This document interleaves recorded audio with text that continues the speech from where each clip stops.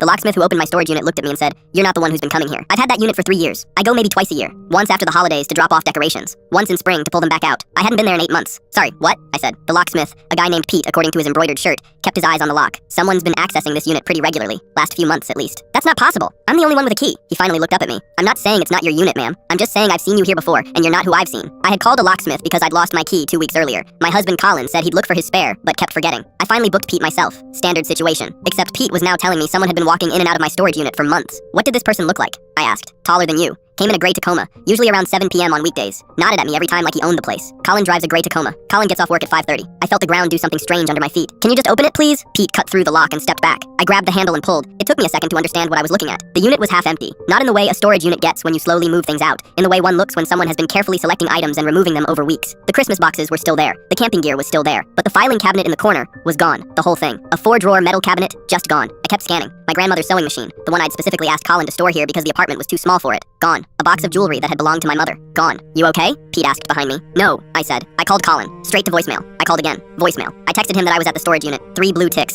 No response. I stood in that half-empty room and tried to make this make sense. Colin and I had been married for 6 years. We'd been fighting more lately. Money stuff. The kind of slow-burn tension that comes from two people wanting different things and neither saying it out loud. But Colin wouldn't steal from me. He was the only other person who had a key. Pete cleared his throat. "Ma'am, I'm not trying to be in your business, but you might want to call the police." I did. An officer came out and took a report. While I was talking to her, Colin finally called back. I let it ring. She listed everything I could identify as missing. Told me I'd need to file a detailed report with estimated values. When she left, I had a case number and no answers. I drove home in silence. Colin's Tacoma was in our parking spot. He was on the couch watching television like it was any other Tuesday evening. "Hey," he said. "How'd the storage thing go?" I put my keys on the counter very slowly. The locksmith recognized you. He didn't say anything. The television kept going. "The filing cabinet is gone. My mother's jewelry is gone. The sewing machine, I can explain." Then explain. He muted the TV. He sat there for a long moment with his hands on his knees. Then he told me he'd been gambling. Online at first, then with guys he met through a coworker. It had started 8 months ago and spiraled faster than he expected. He owed money to people he described as not very patient. He'd started with the filing cabinet because he thought it was just papers. He didn't realize I kept an emergency cash envelope in the second drawer until after he'd handed it over. "The sewing machine," I said. He looked at the floor. It went for $800. My grandmother had brought that machine from overseas. She'd sewn my mother's wedding dress on it. My mother's dress was in a box somewhere in that unit, and I suddenly couldn't remember if I'd seen it there tonight or not. I didn't scream. I didn't throw anything. I sat down at the kitchen table and looked at the man I'd married and tried to locate the person I'd thought he was. "How much do you owe?" I asked. He told me. I opened my laptop and reported the theft to the police under his name. Then I called my sister and asked if I could stay with her for a while. While Colin watched, I packed a bag. He didn't try to stop me. I think some part of him was relieved. The jewelry was gone for good. The sewing machine had been sold to an antique dealer 2 towns over. I tracked it down and bought it back for $1,100. $300 more than Colin got for it. I put it in my sister's spare bedroom. Pete got a 5-star review.